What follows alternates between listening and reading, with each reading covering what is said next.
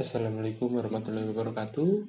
Perkenalkan, nama saya Dendi Caturyosono dari Pendidikan Bahasa dan Sastra Indonesia, STKIP PGRI Ponorogo Angkatan 2018. Di sini saya akan menerangkan tentang statistik yang diampu oleh Bu Rizky Mustikasari, Magister Pendidikan, yaitu mengenai tentang uji beda atau Pirate Sample Test di SMK Negeri 1 Sawo dalam pembelajaran menulis cerpen menggunakan metode panggil pengalaman.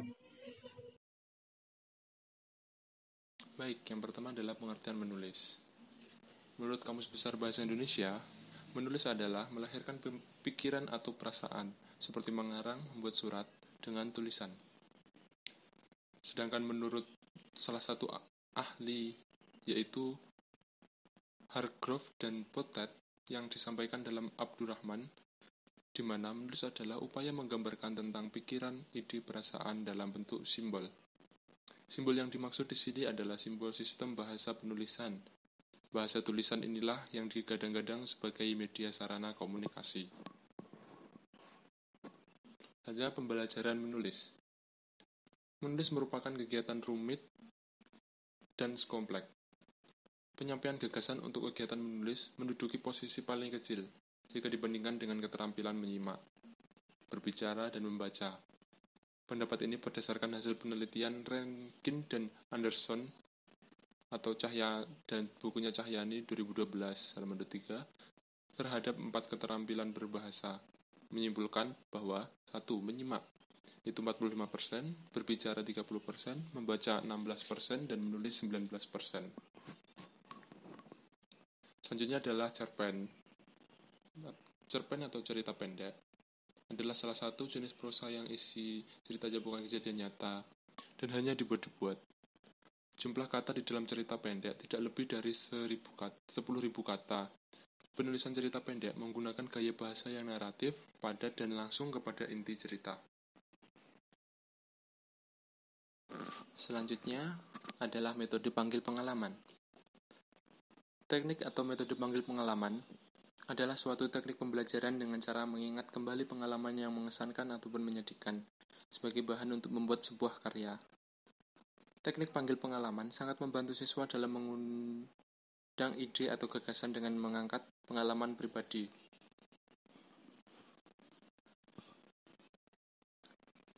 Selanjutnya adalah teknik menulis cerpen menggunakan metode panggil pengalaman. Seperti halnya dijelaskan di awal, cerpen adalah salah satu jenis prosa yang isi ceritanya bukan cerita nyata dan hanya dibuat-buat, dan metode panggil pengalaman adalah mengingat kembali dan menceritakan kembali dalam bentuk tulisan ataupun karya. Jadi kesimpulannya adalah teknik penulisan cerpen menggunakan metode panggil pengalaman, yaitu menulis salah satu jenis prosa dengan menggunakan metode yaitu mengingat-ingat kembali pengalaman yang menyenangkan ataupun menyedihkan. Selanjutnya ditulis ulang menjadi sebuah cerita pendek.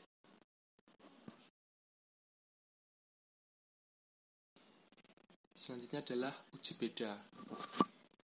Sesuai dengan namanya, uji beda dipergunakan untuk mencari perbedaan baik antara dua sampel data atau beberapa sampel data. Dalam kasus tertentu, juga bisa mencari perbedaan antara suatu sampel dengan nilai tertentu.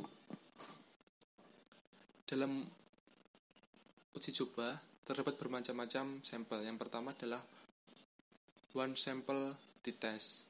Yang kedua, Pirate Sample T-Test, dan yang ketiga, Independent Sample T-Test. Nah, di sini saya akan menjelaskan mengenai tentang metode Pirate Sample T-Test. Pirate Sample T-Test merupakan prosedur yang digunakan untuk membandingkan rata-rata dua variabel dalam satu grup. Artinya, analisis ini berguna untuk melakukan pengujian terhadap satu sampel yang mendapatkan suatu treatment yang kemudian akan dibandingkan rata-rata dari sampel tersebut antara sebelum dan sesudah treatment. Nah, di sini saya akan memberikan salah satu contoh beserta penjelasannya. Contohnya, dalam sebuah kelas sedang berlangsung pembelajaran menulis cerpen. Dalam kegiatan tersebut, guru menyuruh muridnya untuk menulis cerpen dengan metode seperti biasanya sebelum menggunakan metode panggil pengalaman. Selanjutnya, Setelah siswa selesai menulis, tulisan itu dikumpulkan dan guru menilai hasil dari kegiatan menulis cerpen itu dan merekap nilainya.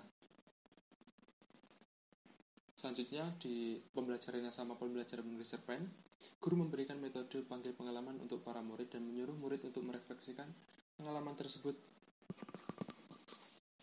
dan menyuruhnya untuk membuat suatu karya berbentuk karangan tulisan berupa cerpen. Setelah selesai, siswa selesai menulis, barulah guru menyuruh mengumpulkan dan guru menilai hasil karya tersebut.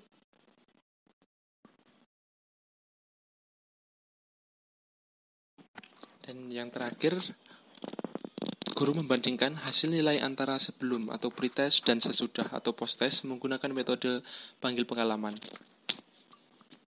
Dalam kegiatan ini, guru memberikan penilaian dalam bentuk sebagai berikut. Nah, di tabel rubrik skor penilaian menulis cerpen ini, di sini guru memberikan aspek penilaian berupa yang pertama kesesuaian judul dengan isi, yang kedua tema, yang ketiga alur, yang keempat latar, yang kelima tokoh, yang keenam sudut pandang, yang ketujuh gaya bahasa, yang kedelapan penggunaan bahasa, yang kesembilan setting, dan yang kesepuluh penokohan. Dengan skala nilai adalah 10 dan skor maksimalnya 10. Dan jumlah dari keseluruhan adalah 100. Sedangkan kriteria penilaiannya adalah jika skor 85-100 itu dikategorikan sangat baik. Sedangkan 75-84 dikategorikan baik. Jika skor 60-74 dikategorikan cukup, dan jika skor 0-59 dikategorikan kurang. Nah, dari rubrik skor penilaian menulis cerpen tersebut dapat diperoleh hasil sebagai berikut. Yang pertama adalah uji validitas dan reliabilitas. Bisa dilihat sebagai berikut. Nah, dari uji validitas dan reliabilitas tersebut dapat ditarik kesimpulan dari output data tersebut. Validitas item soal atau instrumen pengukuran dapat dilihat dari seek to toilet yang keseluruhannya, baik sebelum atau sesudah pembelajaran menulis cerpen menggunakan metode panggil pengalaman, menunjukkan nilai 0,000 atau kurang dari 0,05. Maka, instrumen penilaian menulis cerita pendek sebelum menggunakan metode panggil pengalaman dan instrumen penilaian menulis cerita pendek sesudah menggunakan metode panggil pengalaman dapat dikatakan valid. Selanjutnya adalah uji reliabilitas. Yang pertama, uji reliabilitas di pretest atau sebelum menggunakan metode panggil pengalaman.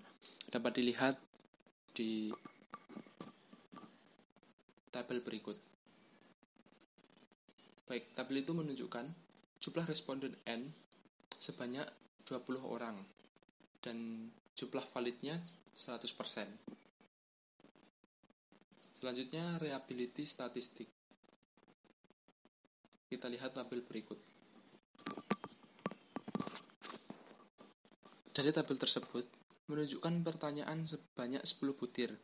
Nilai reliabilitas dapat dilihat dalam Crown Batch alpha sebanyak 0,331. 0,331 kurang dari 0,60 yang artinya keseluruhan butir pertanyaan untuk variabel penilaian menulis cerita pendek sebelum menggunakan metode panggil pengalaman adalah reliable atau konsisten. Dan kita lihat tabel di item total statistik sebagai berikut. Nah, dari tabel ini menunjukkan nilai statistik setiap butir pertanyaan. Dan setiap nilai pada kolom Crown Batch alpha if item deleted menunjukkan angka kurang lebih dari 0,60. Maka, ke-10 butir pertanyaan dapat dikatakan reliable. Baik, selanjutnya adalah uji reliabilitas post-test atau sesudah menggunakan metode panggil pengalaman. Bisa dilihat dari tabel Cache Processing Summary. Dari tabel tersebut menunjukkan jumlah responden N sebanyak 20 orang dan jumlah validnya adalah 100%. Yang kedua adalah tabel reliability statistik. Bisa dilihat dari tabel tersebut. Dari tabel tersebut menunjukkan jumlah pertanyaan sebanyak 10 butir. Dan nilai reliabilitas dapat dilihat dalam Cronbach alpha sebanyak 0,190, 0,190, lebih dari 0,60, yang artinya keseluruhan butir pertanyaan untuk variabel penilaian penulis cerita pendek setelah menggunakan metode panggil pengalaman adalah reliable atau konsisten. Dan yang terakhir, tabel di item total statistik.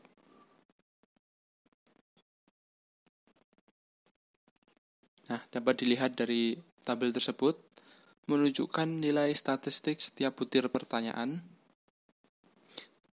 dan setiap nilai pada kolom Cronbach alpha item delete menunjukkan angka lebih dari 0,60.